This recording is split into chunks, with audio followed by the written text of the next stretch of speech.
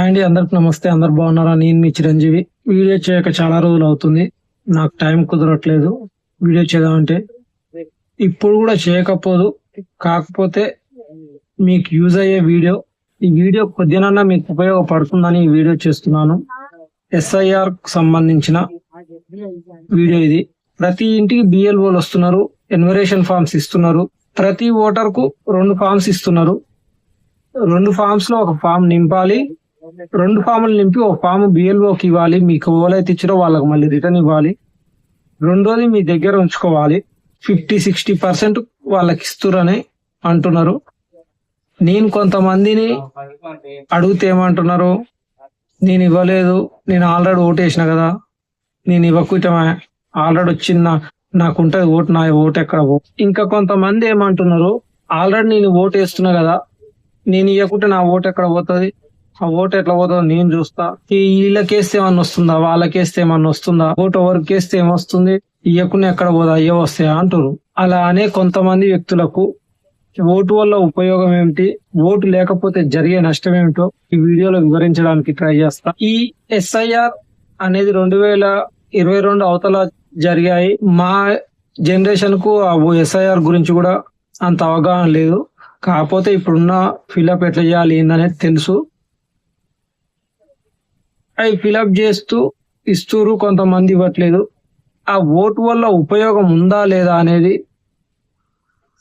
కొంతమంది పెద్ద మనుషులు, నాకెందుకు ఓటు, వాడు ఓటు వేస్తే నాకేమన్నా ఇస్తుండా, వాడిస్తుండా, ఈడిస్తుండా, జాషియాలు ఓడిస్తుండు అనే ధోరణిలో మాట్లాడుతున్నారు.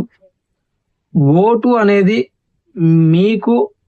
మీకు ఉపయోగపడకున్నా మాకు, మా పిల్లలకు ఉపయోగపడుతుంది. మా పిల్లల భవిష్యత్తు మార్చడానికి ఉపయోగపడుతుంది ఓటు అనేది. ఓటుని మీకు ఎంతసేపు ఉన్నా ఒక క్వార్టర్ సీసా, 1000-2000 కాగితం అంతవరకే మీకు అవపడుతుంది.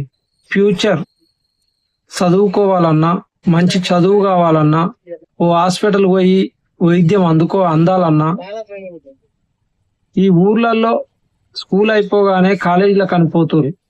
అది ఇంటర్ మన చుట్టుపక్కల లేక వేరే జిల్లాలకు వెళ్ళిపోతుంది. మండలాల కాలేజీలు లేక జిల్లాలకు వెళ్ళిపోతుంది.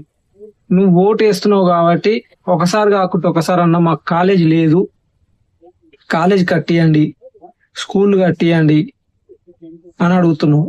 నువ్వు ఓటే వేయలే, నువ్వు ఎవరిని అడుగుతావు? నువ్వు అసలు లేవు కదా, భూమి మీదనే లేవు కదా. భూమి మీద ఉన్న ప్రతి ఒక్కరికి ఓటు ఉండాలి. ఓటు ఉంది అంటే అడిగే అర్హత ఉంది. నీకు ఓటే లేదా, నువ్వు ఏ నుంచి అడుగుతావు? అడగలేవు కదా. నీకు ఓటు లేకపోతే అడగలేవు. గ్రామ అభివృద్ధి జరగాలన్నా ఓటు కావాలి, నువ్వు ఏదన్నా అడగాలన్నా ఓటు కావాలి. ప్రతి దానికి ఓటు కంపల్సరీ. మీ పిల్లల భవిష్యత్, మా భవిష్యత్, మా పిల్లల భవిష్యత్ ఓట్లోనే ఉంది. ఓటుని అంత సింపుల్ గా తీసేయకండి. ఓటర్ సీసా 2000 లోటుకు ఓటు కాదు అది. దానిలో తెలియక మీరు దాన్ని ఆగం చేస్తున్నారు. అసలు ఈ ఎస్ఐఆర్ అంటే ఏమిటి? Systematic information review. గుర్తుంచుకోండి, ఈ ఎస్ఐఆర్ అనేది ఏ రాజకీయ పార్టీకి సంబంధించింది కాదు. ఇది భారత ఎన్నికల సంఘం, ఎలక్షన్ కమిషన్ ఆఫ్ ఇండియా చేపట్టిన ప్రక్రియ. ఈ ప్రక్రియ అనేది ఎందుకు చేస్తున్నారు? మీ నియోజకవర్గంలో ఎంతమంది ఓటర్లు ఉన్నారు, ఎంతమంది చనిపోయిన వారు ఉన్నారు, ఊరు వదిలి వెళ్ళిపోయిన వారు ఎవరు, డబ్బులున్న ఓటర్లు అని ఇలా పరిశీలిస్తారు. అసలు ఈ ఎస్ఐఆర్ ఉద్దేశం ఏమిటంటే, అర్హులైన ప్రతి ఒక్క ఓటర్కు అంది ఉండాలి. అనర్హులు ఏ ఒక్కరు కూడా ఓటు వేయడానికి వీలు లేదు. అలాగే డబ్బులు ఓట్లున్న వేరువేరు విలేజ్లలో ఓటు వేయడానికి అర్హత కాదు. అలాంటి వారిని తొలగించడానికి ఈ ఎస్ఐఆర్. అసలు ఈ ఫామ్ నింపకపోతే ఏమవుతుంది? నేను నింపను, నాకేమవుతుంది? అసలు ఈ ఫామ్ నింపిస్తే నాకేమొస్తుంది అని అడుగుతున్నారు. అసలు నింపించకపోతే, మీరు మీ వివరాలను ధృవీకరించకపోతే అధికారులు మిమ్మల్ని నివాసంలో లేని వ్యక్తిగా పరిగణించే ప్రమాదం ఉంటుంది. మీరు మీ వివరాలు నింపి మీ ఎన్యుమరేషన్ ఫామ్ మీ బిఎల్ఓ గారికి ఇవ్వకపోతే దీనివల్ల మీ ఓటర్ జాబితాల నుండి మీ పేరు తొలగించబడుతుంది. అది గుర్తుంచుకోండి. తీరా నాకు ఓటు ఉంది కదా అని మీరు ఎన్నికలప్పుడు నేను ఓటేస్తానికి వెళ్తా అని అక్కడికి వెళ్ళినాక మీకు ఓటు లేదు అని వెనక పంపించవలసి వస్తుంది. మీ పేరు జాబితాలో లేదు అని చెబితే అప్పుడు బాధపడ్డ ఉపయోగం ఉంది. ఆ రోజు మీ ఓటుని సరిచేయడం కూడా ఎవరికి వల్ల కాదు. ఓటు లేకపోతే ఏమవుతుంది? అసలు నాకు ఓటే ఎవరేమన్నా నాకు ఇస్తురా, వాడిస్తుండా ఈడిస్తుండా అనే వారికి అసలు వాడేమిచ్చిండు ఈడేమిచ్చిండు. ఓటు అనేది మీ చేతిలో ఉన్న ఆయుధం. ఆ ఓటే లేకపోతే నువ్వు ప్రశ్నించడానికి అసలు అర్హతే ఉండదు. నువ్వు ఓటు వేస్తే కదా ప్రశ్నించేది. నీకు ఓటే లేదా, ఎలా ప్రశ్నిస్తావు? నీ ఊరి అభివృద్ధి గురించి ఏమని అడుగుతావు? నీ ఇంటి ముందు లైట్ వస్తలేదు, నీ ఇంటి ముందు స్తంభానికి లైట్ వస్తలేదు, ఎవరికి చెప్తావు?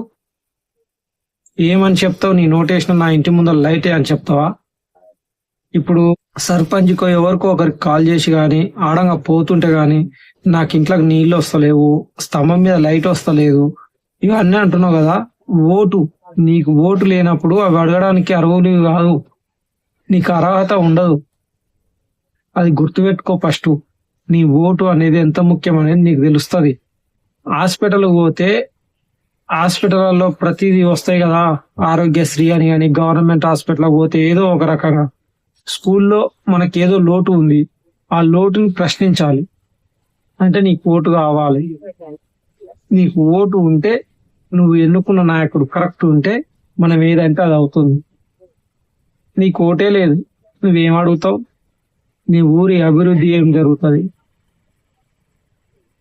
మన ఊర్లలో 10th క్లాస్ అయిపోగానే మండలంలో కాలేజ్ ఉండాలి.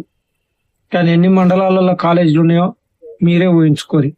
కాలేజు ఇక్కడ లేక ఈ నుంచి పోయేదే కొత్తగా స్కూల్ పిల్లలు మన మండలంలో లేక జిల్లాకు పోవాల్సి వస్తుంది. ఆ జిల్లాల కాలేజీ పోయి ఎన్ని ఇబ్బందులు పడుతురు, ఎవరు ఏడిపోతురు ఓసారి ఆలోచించురు.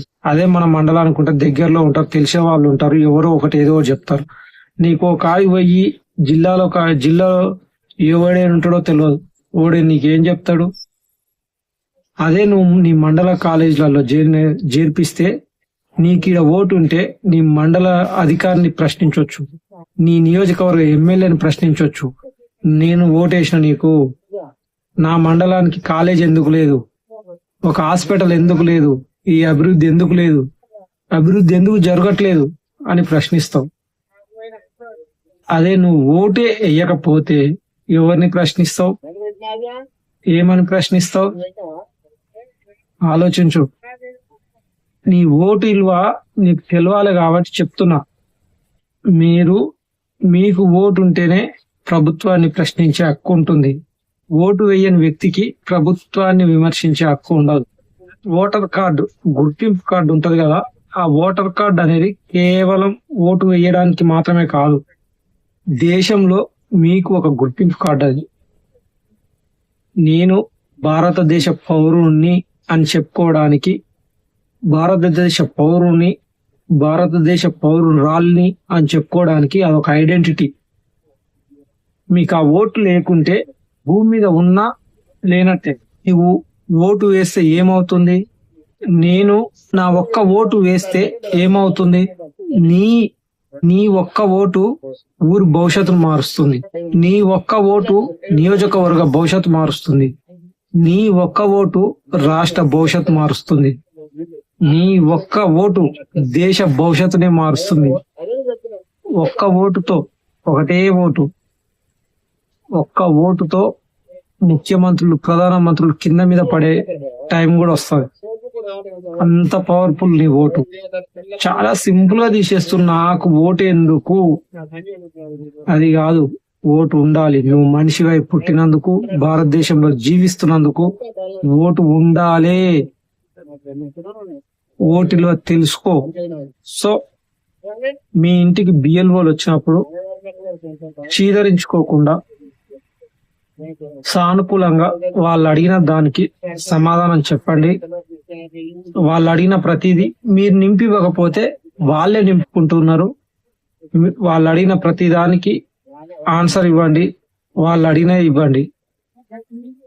మీకు ఓటు అనేది ఉండాలి. మీ ఓటులో మీకు తెలుసుకోవాలి. ఫస్ట్ పేరుని, మీ వివరాలని మీ బిఎల్ఓకి ఇచ్చి ఓటర్ జాబితాలో మీ పేరు సక్రమంగా ఉందో లేదో సరి చూసుకోండి.